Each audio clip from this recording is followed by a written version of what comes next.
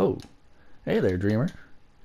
This is Clever Trev, and this video is going to be a tutorial on how to use my advanced talking mouth module.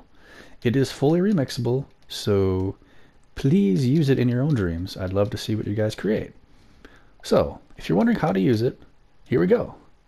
First of all, if I back out here, if you are looking for it, you can either look up my name, which is Spiders, S-P-I-Y-D-R-Z, or if you just search for Animated Talking Mouth Module, that's what it's called.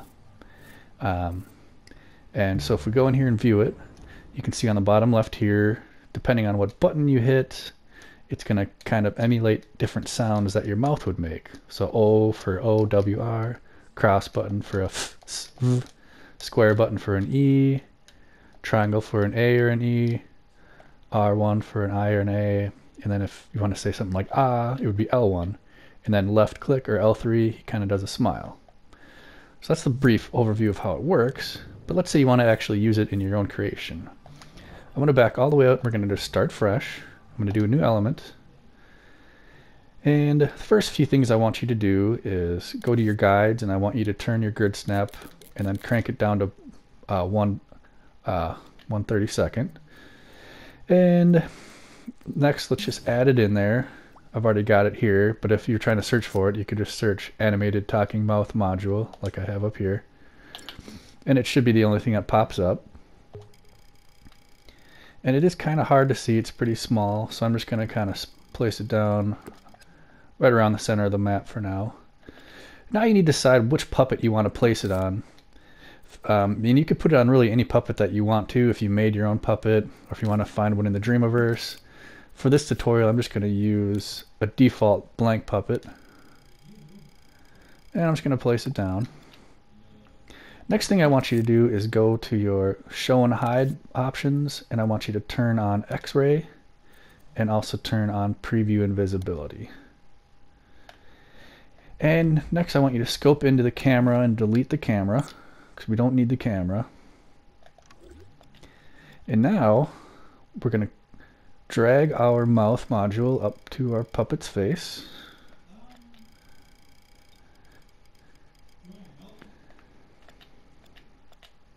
And we're going to stick it on there. I'm not going to try to get it too perfect right now. And depending on what you're doing, you might want to turn off grid snap and then maybe turn on precise move, because it's kind of angled a little bit forward. And I'm just going to angle it back a tiny bit. So I'm just going to angle it back this way, just so it lines up with the curvature of his face. Okay. So if I go to play mode, so far so good. But next thing what I got to do is I'm gonna go back and turn on my grid just to be safe, and I'm gonna hold R2 on the mouth, and I'm gonna scope into the head. So now it's grouped with the head. So now they're both one object. So I can move this puppet around if I want, and it's gonna stay on there. Now it does work right now, but there's a few more things you want to do. For example, when we scope into our gadget here, you can see I have everything labeled. So L1 does that ah, R1, E, O. Well, I might have changed some of those. But for example, if we hit X button, it's going to do the S or the F, but it's also going to jump. So a few things I want you to do first. We're going to scope into our puppet logic. And we're going to scope into our controller logic. And as you can see, the X button is rigged to jump. We're going to turn that off. So it means your puppet won't be able to jump anymore. You don't necessarily have to do this, but I recommend it. And I'm also going to delete the circle button. So I can use the circle button to talk instead of hitting circle button. It's going to make my imp leave my puppet. So if we go back to play mode and I enter my puppet, I can now hit the cross button and he doesn't jump, and I can also hit the circle button and he doesn't leave the puppet. You know, your imp doesn't depossess the character. So now we're kind of halfway there, and this will kind of work, what we've done so far. However, the problem is, let's say you're trying to record a scene, like maybe a little short film or something, and you want your puppet to talk and you want to record it. I'll show you. So if we go to animate and we go to record possession, and I'm going to record my puppet, and we're just going to record a little bit of him talking. So blah la la la la, doop doop doop doop. I'm hitting some of the buttons. So he's talking. You can see he's talking. Okay, and I'm going to stop recording. But now if we play it back, you're going to notice it did not record the mouth module talking. It recorded the puppet moving around, but notice how he's not talking like we just recorded. But we're going to fix that. And this gets a little trickier, but stay with me. I'm going to delete that possession recorder. What we have to do is scope into this microchip here on the mouth module. And let's just pin it to our screen. And we're going to go over to our puppet controller.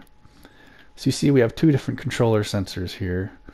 We're basically going to delete this controller sensor. So I'm going to delete this. And now we're going to, instead of having this controller sensor hooked up to our mouth controls, we're going to have this controller hooked up to our mouth controls. And I conveniently labeled everything so it goes in order, and you'll see what I'm talking about. So scope into your controller sensor on your puppet. And you'll notice here I already have it labeled L1, R1, triangle, square, circle, cross, button, L3. This one's blank. And it all lines up with here. So I can take this L1 button here, connect it to this input A, R1 button, connect to the second one, and you just go down the line here, triangle, square. And if you get lost, just hover over. You can see this is circle, so we find our circle output, bring that up to the circle, cross button, left click, or L3, so you got to actually go to the second page, find your L3 button, connect that to here, and you can leave this one blank. And also if you want to get rid of the controls displaying, you want to delete this right here. We're going to keep that there for now. So now everything on our puppet controller sensor is now rigged up to our mouth animation. Let's go to play mode and check it out. So now if I possess the puppet, you see how it's talking now. So now let's check and see if it records the animation. Let's close all these windows. So again, we're going to go to animate, record possession, and I'm going to possess the puppet. And we're going to record again. This time it should record the talking. So la la la, hitting the buttons. Oops.